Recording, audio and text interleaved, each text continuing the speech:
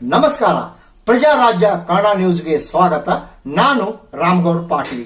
ತಿಪಟೂರು ತಾಲೂಕಿನ ಕೆರೆಗೋಡಿ ರಂಗಾಪುರ ಭಕ್ತರ ಆರಾಧ್ಯ ದೈವ ಶ್ರೀ ಗುರು ಪರದೇಶಿ ಕೇಂದ್ರ ನೋಡಕ್ಕೂ ಎಷ್ಟು ಚಂದ.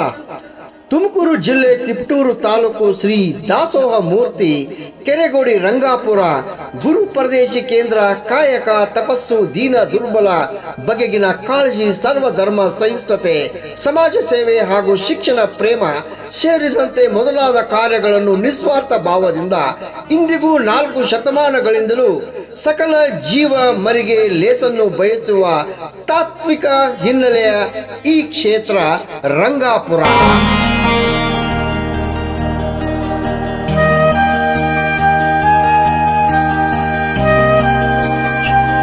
ಈ ಬೆಳ್ಳಿ ಭವನ ನೋಡಕ್ಕೆ ಈ ಕಟ್ಟಡ ಶಿವಲಿಂಗ್ ತರಾನೇ ಇದ್ದು ದಿನನಿತ್ಯ ಇಲ್ಲಿ ಅನ್ನದಾಸೋಹ ಕರ್ನಾಟಕದ ಎಲ್ಲಾ ಜಿಲ್ಲೆಗಳಿಂದ ಇಲ್ಲಿಗೆ ವಿದ್ಯಾಭ್ಯಾಸಕ್ಕಾಗಿ ವಿದ್ಯಾರ್ಥಿಗಳು ಬರುತ್ತಾರೆ. ಶ್ರೀಮಠದಲ್ಲಿ ಗೋಶಾಲೆ ಕೂಡ ಇದ್ದು ಶ್ರೀಮಠದಲ್ಲಿ ಸುತ್ತಮುತ್ತಲೂ ಮಳೆಯ ನೀರು ಒಂದೇ ಕಡೆ ಸಂಗ್ರಹಿಸುವ ದೊಡ್ಡ ಬಾವಿಯೇ ಕೂಡ ಇಲ್ಲಿ ನಾವು ಕಾಣಬಹುದು.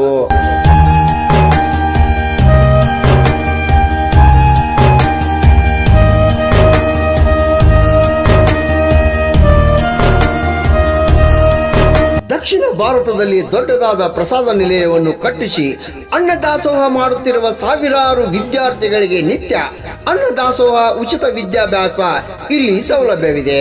ವಿಶೇಷತೆ ಏನೆಂದರೆ ಭಿಕ್ಷೆ ಕಾಯಕದಿಂದ ಶ್ರೀಮಠವನ್ನು ಮುನ್ನಡೆಸುತ್ತಿರುವ 7ನೇ ಗುರು ಪರದೇಶಿ ಕೇಂದ್ರ ಸ್ವಾಮೀಜಿಯವರು ತಮ್ಮ ಉದಾತ್ತ ಗುಣಗಳಿಂದ ಲೋಕ ಪೂಜ್ಯರಾಗಿದ್ದಾರೆ.